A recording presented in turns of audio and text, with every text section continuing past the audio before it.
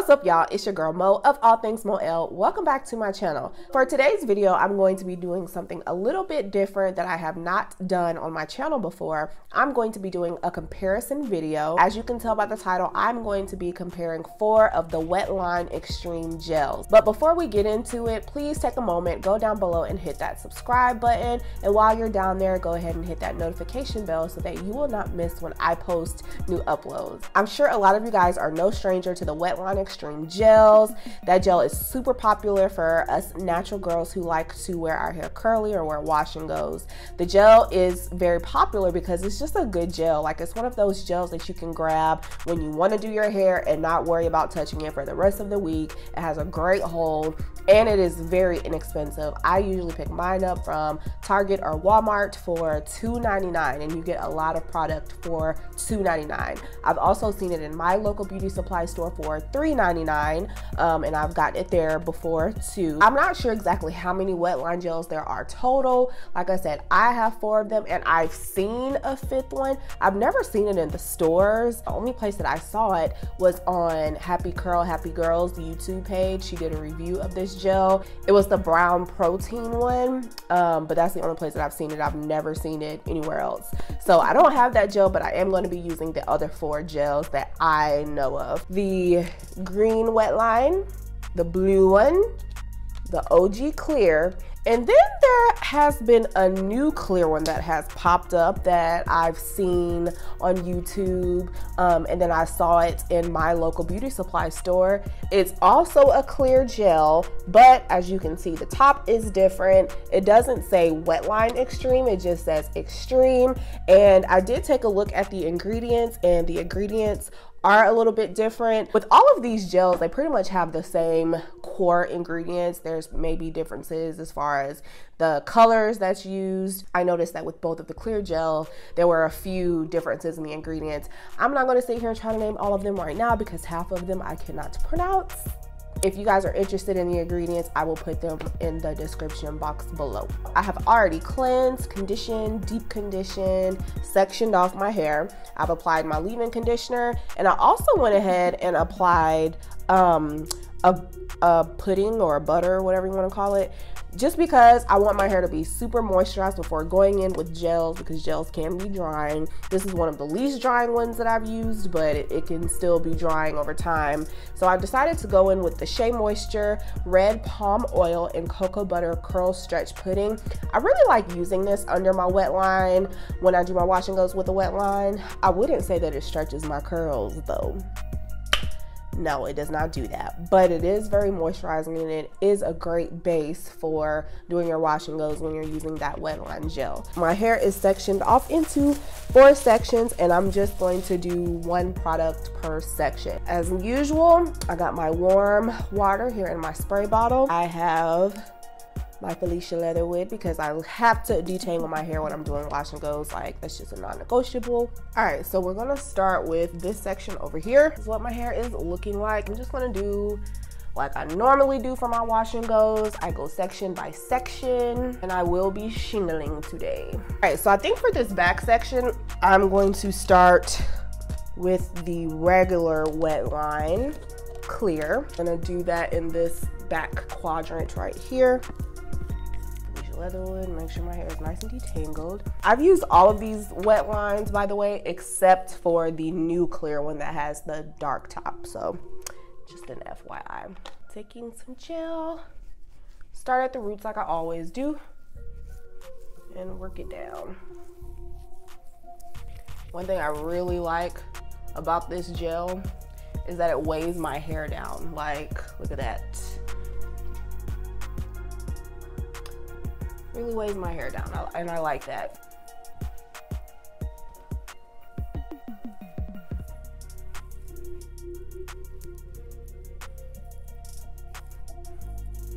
And that is how curls are looking so far. I'll come back when that section is done and I'm ready to move on to this section, which will have the new clear Wetline.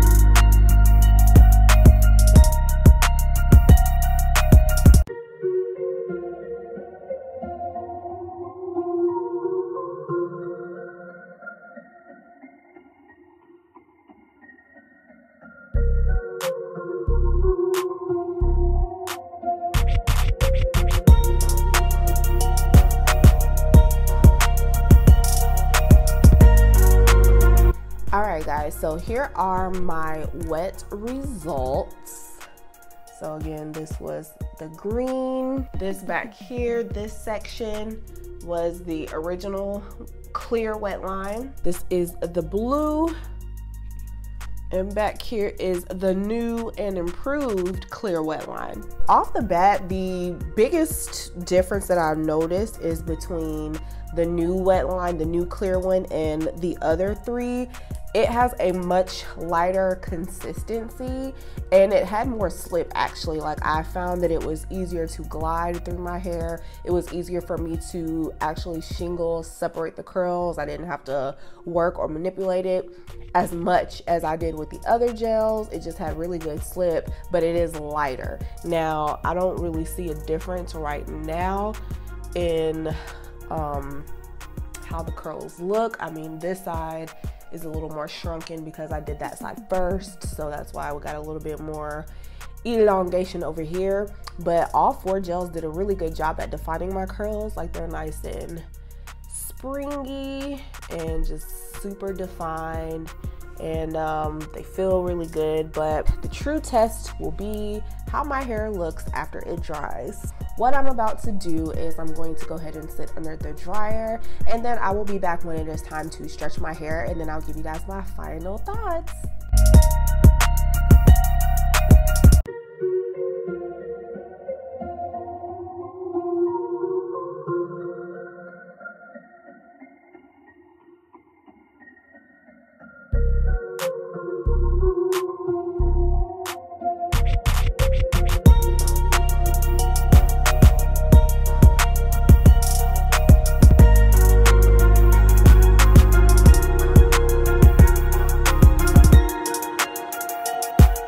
Okay y'all, so I'm back.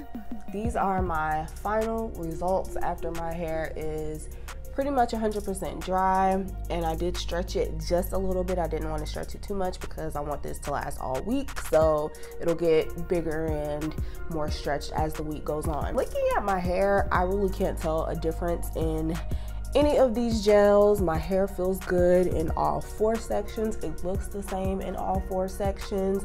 The only difference that I could see was during application. That newer formula of the wet line had more slip and it was more lightweight, and it seemed to glide on my hair a little easier because it wasn't as thick. But other than that, I feel like my hair feels the same all the way around. So besides the slight changes in some of the ingredients, I really can't tell a difference of, you know, these four gels. So as for which one I would recommend, I would just say it just depends on what you can get your hands on at the moment. They all pretty much perform the same, and I would recommend all of them. I really like this gel. I love how my hair just looks so shiny. My curls are so defined, and there's a great hold without too much crunch. That's why I really like using that curl stretch pudding up underneath, because it's so moisturizing and it just makes my hair feel really good. And like I said, they're super cheap, so you could just pick up all four of them if you wanted to, if you can get your hands on them. So that's all for this video. If you guys have any questions, please leave them down below. If you enjoy the video, please comment, please like, please subscribe, please share, and I will see you in my next one. Bye.